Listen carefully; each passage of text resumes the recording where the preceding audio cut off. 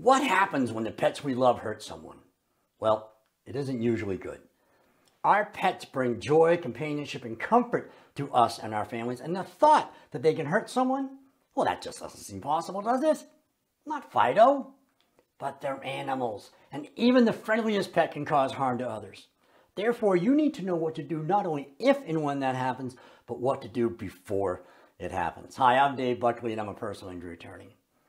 Animal injuries can happen anywhere, from the comfort of your own home to unexpected encounters in public places. And as the owner of a dog, cat, or any animal for that matter, we have accepted the responsibility of assuring that our pets are loved, nurtured, socialized, and provided with a safe environment, which we hope will cause our pets to develop a good temperament.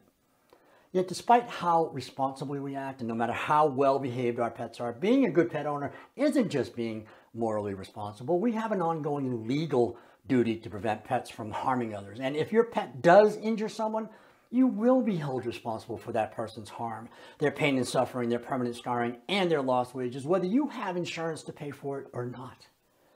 But being financially liable for the harm our pets cause to someone else is probably the last thing you ever thought of, if at all, when you first brought them home. Therefore, for your own peace of mind and the safety of others, you need to think about such things.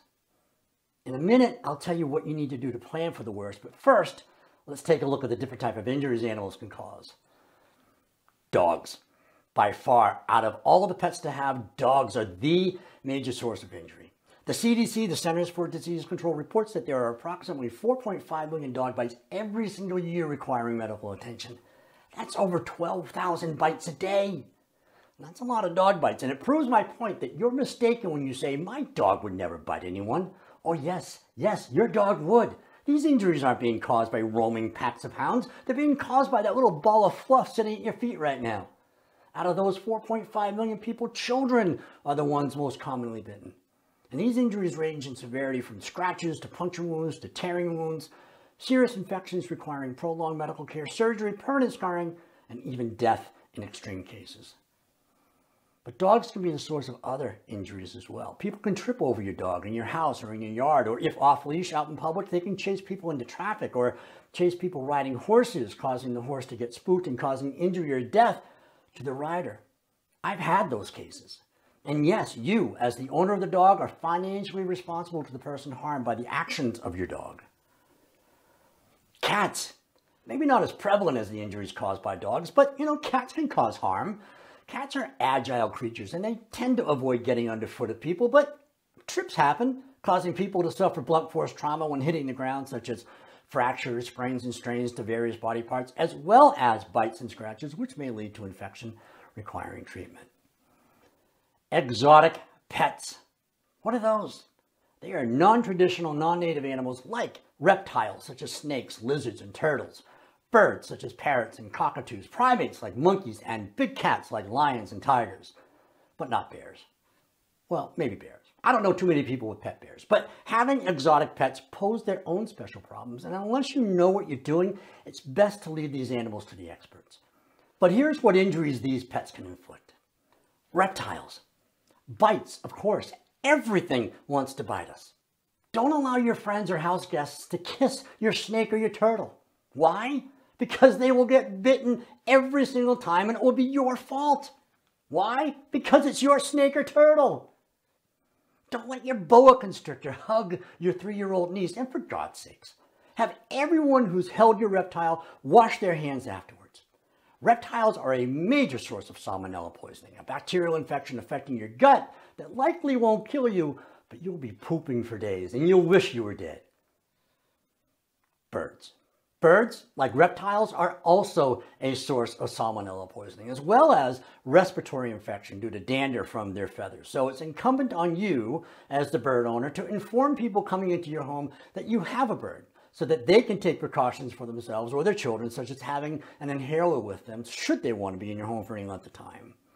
And birds, such as parrots, have very strong beaks and can poke your eyes out if you're not careful. Well, maybe that's not likely to happen, but what is likely to happen are puncture wounds from them pecking for food somewhere on your body, or nasty scratches or lacerations from their prehistoric-looking talons. Look at the talons of an emu or an ostrich and tell me they're not living dinosaurs. Primates. Monkeys are stupid strong. Do you remember hearing about the case where a woman had her face ripped off by her friend's pet chimpanzee? Her face! Enough said about that. Big cats. Like monkeys, they'll kill you in a flash. I don't know why anyone would want to be in the same room as a lion, but it happens and people get hurt. Imagine that. Regardless of the type of injury, if it's caused by your animal with very little exception, which I'll talk about in a minute, you will be on the hook to pay for all the harm caused. So what should you do to prevent the physical harm your pet may cause to others? The best way to prevent harm is to learn all about the type of pet that you have. Read books, take classes, watch YouTube videos, hire a professional trainer, socialize with others who have the same type of animal that you have, and socialize your dog. Don't let your dog off leash outside, and make sure all of your pets are up to date with the vaccinations. The more you know about your pet, the better safety precautions you can take to prevent an injury from occurring in the first place. If someone does get hurt by your animal, be calm, be neutral, meaning don't blame the victim, offer first aid, call 911, and provide all the information requested. Everything will get sorted out later, after the emergency has been addressed. Okay, so now it's later. Are you at fault for the harm caused? Well, there's a very good chance that you are. Typically, when someone is injured through no fault of their own, they must prove two things in order to be compensated for the harm caused. First, they have to prove that the other person is liable for the harm, and second, they must prove that they've actually suffered harm that's compensable. Now, in the case of animal injuries, most states have what's called strict liability laws when it comes to being injured by someone else's pet. Meaning, if your pet injured someone, the injured person does not have to prove the first step. They don't have to prove liability. Liability is automatically imposed against the pet owner by law. But the injured party does have to prove damages, meaning the harmed person has to prove that they've suffered harm for which they can be compensated. Damages include medical bills, funeral bills, lost wages, permanent scarring, permanent disability, pain and suffering, emotional distress, and if the injured party is married, a claim of loss of consortium for their spouse. Now, are there any defenses to being held strictly liable? Well, yeah, some. There are in most states, there's only a couple of defenses though, and one is trespassing. And to make this defense stick, you have to have a no trespassing sign prominently displayed where it can be seen. But if you do have that sign posted and someone unknown to you is on your property and they get their leg chewed off by your unleashed Komodo dragon, are you responsible for their injury? Well, as every good lawyer will tell you, it depends. In this day and age of home delivery services like Amazon and DoorDash being the norm, a lot of people you don't know are coming and going to your property.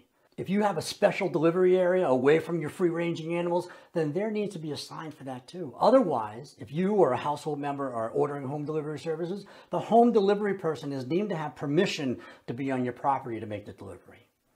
Another defense the pet owner has is taunting, that the injury occurred because the injured person was tormenting the animal and getting it all worked up. For instance, the Amazon guy was taunting your Komodo dragon by flashing a water buffalo carcass in front of it and then pulling it away at the last minute.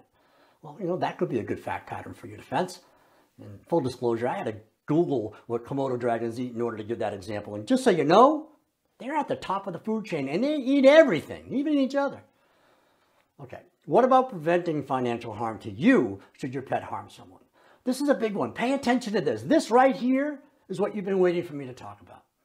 Now, if you're a homeowner, you likely have homeowners insurance with a minimum $300,000 policy limit, meaning there's up to $300,000 of coverage available to the person harmed by your pet.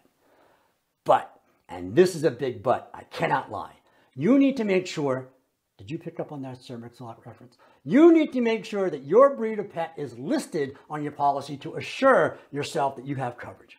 Now, if you have a golden retriever, chances are you do have coverage and your insurance premium won't go up. But if you have a dog that the insurance company considers to be a high-risk animal, like a pit bull or an Akita, you most likely do not have coverage, and you will have to pay extra insurance to cover the risk of that high-risk animal causing injury. Now, the same goes for exotic pets. Now, I pretty much doubt that tarantulas are included as part of your standard homeowner's insurance policy. That's why you need to read it. You need to make sure you have coverage. If you don't have coverage, get coverage. Pay the extra premium. It's the responsible thing to do for yourself and for anyone else who may be harmed by your pet. But not only that, having insurance provides you with legal representation. That's right. The insurance company will appoint an attorney to represent you at no extra charge should someone sue you for injuries your pet caused them or a loved one.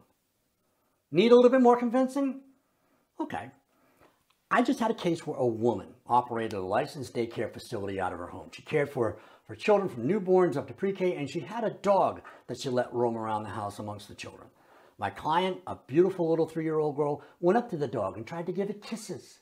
And the dog just wasn't in the mood, and it bit her on the face, causing a tearing wound on her cheek and upper lip requiring surgery. She now has nerve damage and a permanent facial scar.